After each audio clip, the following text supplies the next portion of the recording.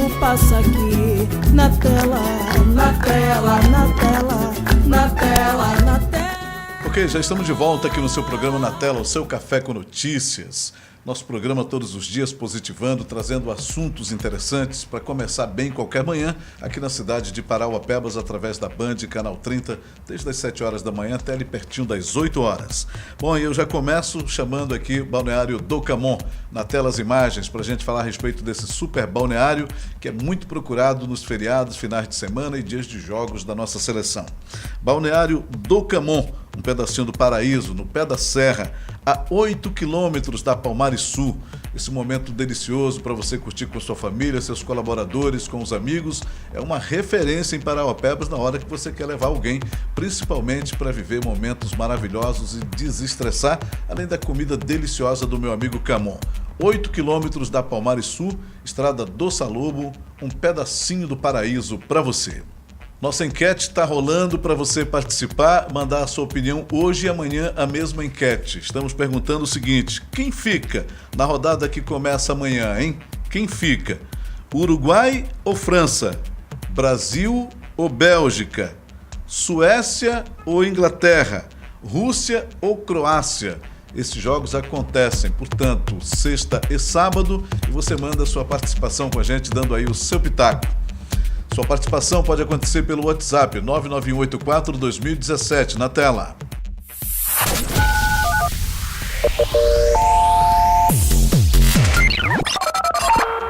(99184-2017), 99184-2017, esse é o nosso WhatsApp para você participar da nossa programação, mandar aí o seu palpite, a sua opinião a respeito da nossa enquete. Essa brincadeira inocente, empinar pipa, infelizmente tem inspirado muitos cuidados, tem causado muitas internações e até mortes, e tem causado bastante prejuízo em se tratando de fornecimento de energia. Mais de 750 ocorrências de falta de energia em todo o estado do Pará são ocasionados por pipas, um aumento de 15% em relação ao mesmo período do ano passado. Acompanhe a matéria na tela. Pipas. Diversão e tradição ou perigo? Depois do longo inverno em Parauapebas, o sol a pino e uma das tradições do Brasil, principalmente no início das férias. Afinal, quem nunca correu atrás de uma pipa com os amigos do bairro? Uma brincadeira que encanta crianças e adultos. Poder dominar uma pipa e fazer ela se mover no céu traz uma grande alegria para quem brinca. Qual a regra principal de quem vem soltar pipa aqui? Cuidado com o próximo, né?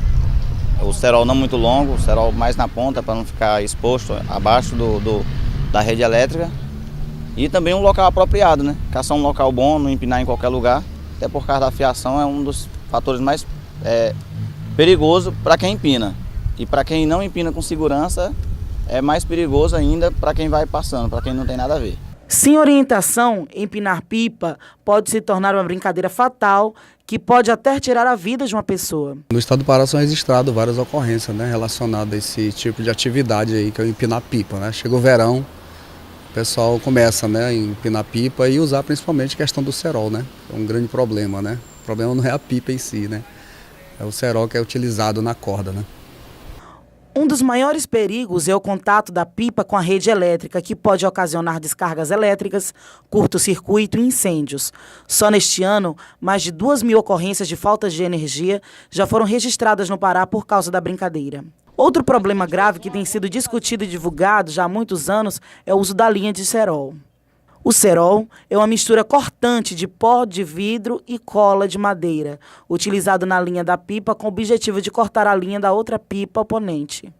O que as pessoas devem fazer para poder brincar de pipa sem ter nenhum prejuízo? A maneira segura, né? Primeiro passo era não ter cerol na linha, né? Seria o primeiro passo. O segundo passo seria escolher um local, né, um campo, uma área de campo aberta, né, que não tenha fiações elétricas, que não tenha movimentação, principalmente de motoqueiro, né, ciclistas, para não atrapalhar, né, porque senão pode provocar até um acidente grave, né. Tá aí, feito o alerta, portanto, a respeito deste tema, assunto bastante importante para a gente discutir e orientar os filhos nessa época do verão. Agora chegou a hora da gente trazer o nosso convidado de hoje para falarmos a respeito de um assunto muito interessante. Nossa convidada de hoje vai falar sobre um caso sério em Paraopebas. Adolescentes que estão cada vez mais se automutilando, se machucando fisicamente. Este é um indício de que precisam de tratamento psicológico com urgência. Nossa convidada de hoje é Débora Pereira Correia, psicóloga, que veio bater um papo com a gente aqui no programa a respeito desse assunto tão interessante, tão importante e tão urgente.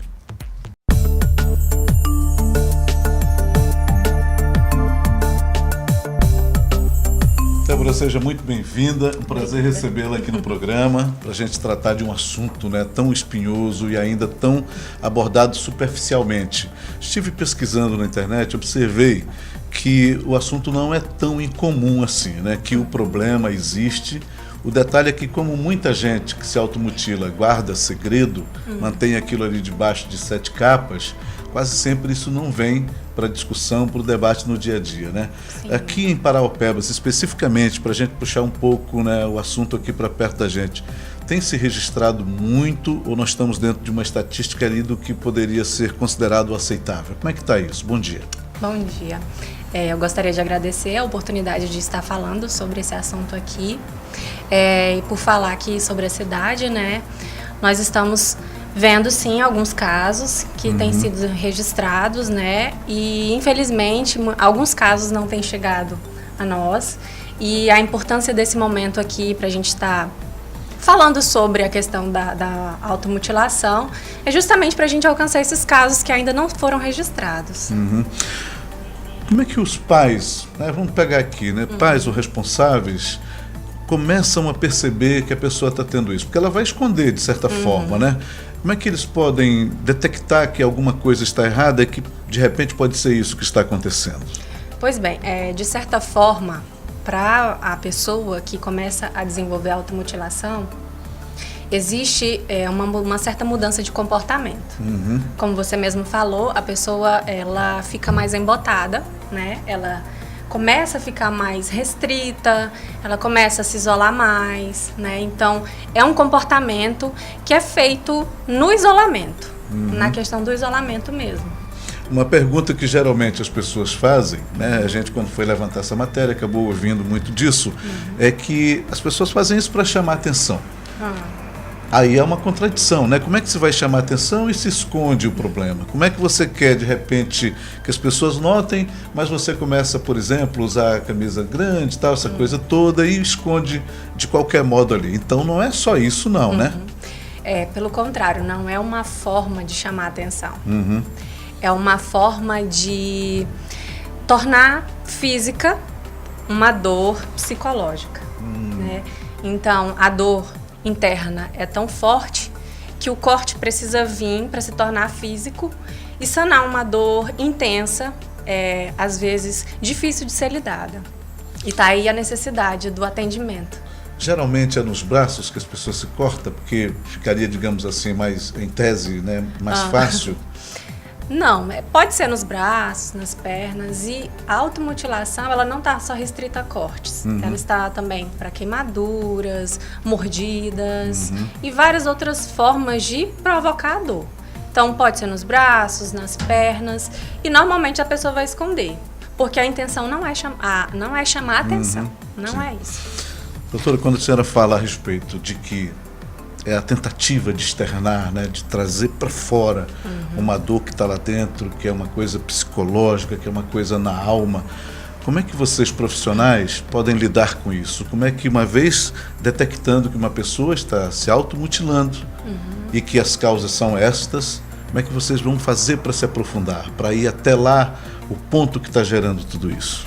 Quando chega um paciente com essa queixa, com esse comportamento, a nossa principal atitude é tentar fazer com que ele dê voz a essa emoção, a essa dor. Então ele vai tentar externar, ele vai tentar propor para fora, né? É isso que a gente norteia dentro do setting terapêutico, para que ele não continue colocando no corpo toda a sua dor. Então ele externa a dor falada, ele começa a falar, externar de forma que ele desvia o foco para cortes, queimaduras e outras coisas. Verbalizar isso, Sim, né? É uma sim. forma de... Agora, isto, uma vez não tratado, pode evoluir, por exemplo, para uma tentativa de suicídio, tentar acabar com esse sofrimento, pondo fim à própria vida? Para os comportamentos autolesivos, o foco não é o suicídio, né? O foco é externar essa dor, sanar essa dor interna, essa situação, esse sentimento ruim. Mas muitas vezes acontece que a gente diz de errar a mão, né? Errar a mão e acabar provocando um suicídio. A intenção não é o suicídio, mas muitas vezes acontece. Existe um trabalho que você, outros profissionais, juntamente com voluntários e com gente de todos os segmentos da sociedade, vem desenvolvendo no IAB, Instituto Amigos que Brilham. E a gente sabe que nem sempre as condições são favoráveis para quem está enfrentando um problema, financeiramente, logisticamente, e aí o Instituto chega exatamente para tentar, nesse instante, dar acesso a esse tipo de possibilidade, de tratar mesmo, né? Como é que vocês têm trabalhado com isso ali no Instituto? Existem condições ali para lidar com isso? Nós temos uma demanda que já ultrapassa as condições. Como é que está o trabalho especificamente dentro do Amigos que Brilham? Certo. Na instituição, nós temos inúmeros profissionais, até porque para lidar com as questões da automutilação, nós precisamos de uma gama de profissionais, né? Não vou dizer uma gama, mas para cada caso existem os profissionais certos e nós contamos sim com alguns profissionais que estão nos auxiliando, como psiquiatras, demais psicólogos e outros profissionais que podem auxiliar nesses casos. As demandas que vêm chegando são muitas vezes famílias carentes, que precisam de uma atenção mais voltada a isso, precisam de um aconselhamento e nós estamos lá para dar apoio a essas famílias, sim, com essa demanda e com outras demandas também, e estamos disponíveis para ajudar. Voltando um pouquinho novamente às questões que estão colocadas aí e que às vezes muita gente acaba não se apresentando, muitas vezes o problema ainda não foi detectado, os pais ainda não perceberam, professores ou quem lida ali no ciclo de convivência daquela pessoa. Então o caso está lá e neste momento estão nos acompanhando aqui pelo programa, né? Como fazer? Como a pessoa própria deve agir nesse caso, perceber que precisa de ajuda? Como os pais que têm o problema ali e às vezes já começou a perceber, como deve se proceder para chegar até vocês? Nós pontuamos muito a postura dos pais, porque é uma situação recorrente na adolescência. Nós pontuamos a observação mais atenta dos pais em relação a mudanças de comportamento. Se o filho, de repente, ou em circunstâncias adversas, se tornou ou já é embotado, não externa muitos sentimentos, não se há muito entendimento de como ele é internamente, do que ele sente, do que ele participa. É importante os pais estarem atentos a essas posturas, a esses comportamentos. Detectando assim a questão dos cortes, das lesões, é de suma importância. Os familiares, os amigos, próximos às pessoas assim, buscarem atendimento, buscarem uma intervenção na saúde dessa pessoa, porque muitas vezes a própria pessoa não tem forças para chegar a um atendimento. Às vezes sim, às vezes buscam atendimento por perceber que é um comportamento errado, mas outras vezes eles não entendem assim, não conseguem buscar atendimento. Tá aí a ação da família, dos mais próximos, para buscar uma saúde, vamos dizer assim. E não fazer prejudicamentos, né, doutora? Nada Sim. de ficar ali, isso é frescura, tá querendo chamar atenção, isso não adianta, né? O profissional é, logicamente, a pessoa mais adequada para orientar no tratamento, para encaminhar, do que você ficar em casa tentando adivinhar, tentando supor, fazer qualquer ideia do que está acontecendo. Bom, na adolescência, a gente sabe, né? É o ambiente, é a época, é a faixa etária do estranhismo mesmo, né? Mas dá para perceber o que é coisa da fase e o que fugiu disso, né, doutora? Sim, dá. Até porque existem mudanças repentinas de comportamento e essas mudanças, sim, precisam ser pontuadas. É só na adolescência?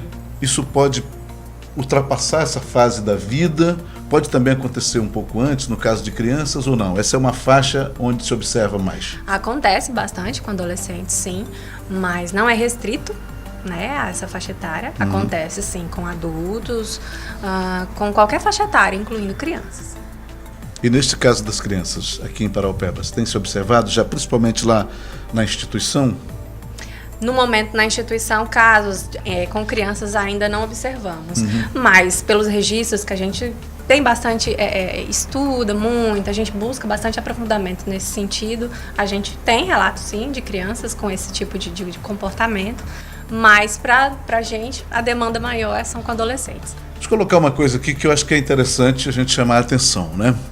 A internet é o território livre, ambiente perfeito para se buscar até consultas médicas, né? Mas também, de vez em quando, há muita influência negativa.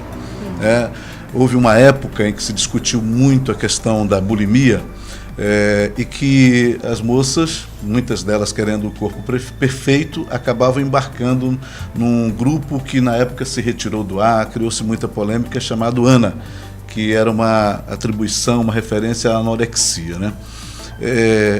É possível que lá na internet, de repente, existam ali sites, blogs, redes sociais que acabem influindo negativamente nesse aspecto também?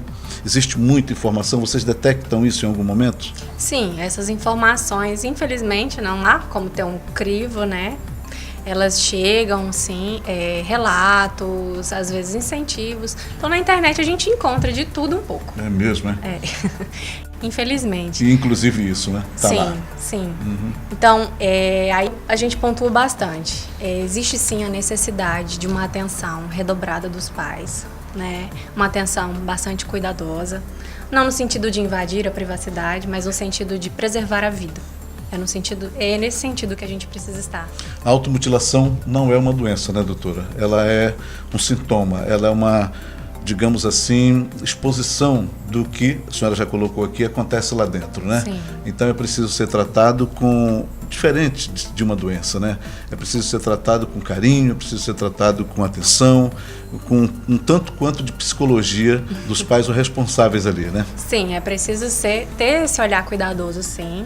Até porque a automutilação, ela é um norteador para outras situações também, para outras coisas que poderão vir, se não houver uma intervenção. Mas esse olhar atento, eu reforço mais uma vez, é de suma importância. Doutora Débora Pereira Correia, muito obrigado por a senhora ter vindo aqui. A gente possivelmente vai convidá-la para outros momentos, a gente tratar se deste assunto ou de outros, mas é muito importante que a gente traga aqui o profissional que pode falar com especialidade a respeito de qualquer tipo de assunto. Por isso a gente tem muito esse cuidado de trazer pessoas que possam distinguir uma coisa da outra, os temas com toda a diversidade que pode ser discutido aqui. Aproveito mais uma vez, em nome aqui da nossa equipe de jornalismo do programa, para agradecer a Maria José Estrela, a toda a direção do Instituto Amigos que Brilham, por disponibilizar seus voluntários, profissionais que atuam lá dentro da instituição para volta e meia dar esse tipo de prestação de serviço, de consulta eletrônica, essa contribuição aqui no ar. Se tiver algo a acrescentar com relação a isso, doutora, fique à vontade. Eu agradeço mais uma vez essa oportunidade e reforço mais um pouco. Se existe algum caso importante, algum caso de automutilação ou qualquer outra queixa em relação à dificuldade de sintetizar emoções negativas ou qualquer comportamento de embotamento, é de suma importância que a família esteja atenta e norteie para atendimentos específicos.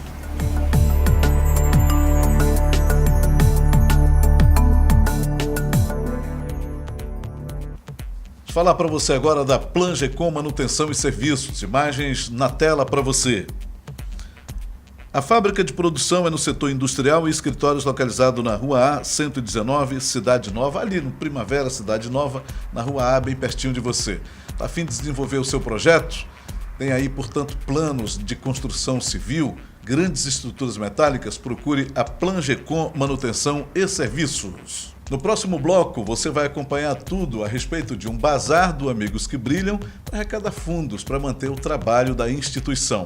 E também todas as informações a respeito dessa nova fase do Alto Bonito, a entrega das chaves, todo mundo realizando o sonho da casa própria. E você acompanha as informações já, logo depois do intervalo. Até já. E a força dela, tudo passa aqui.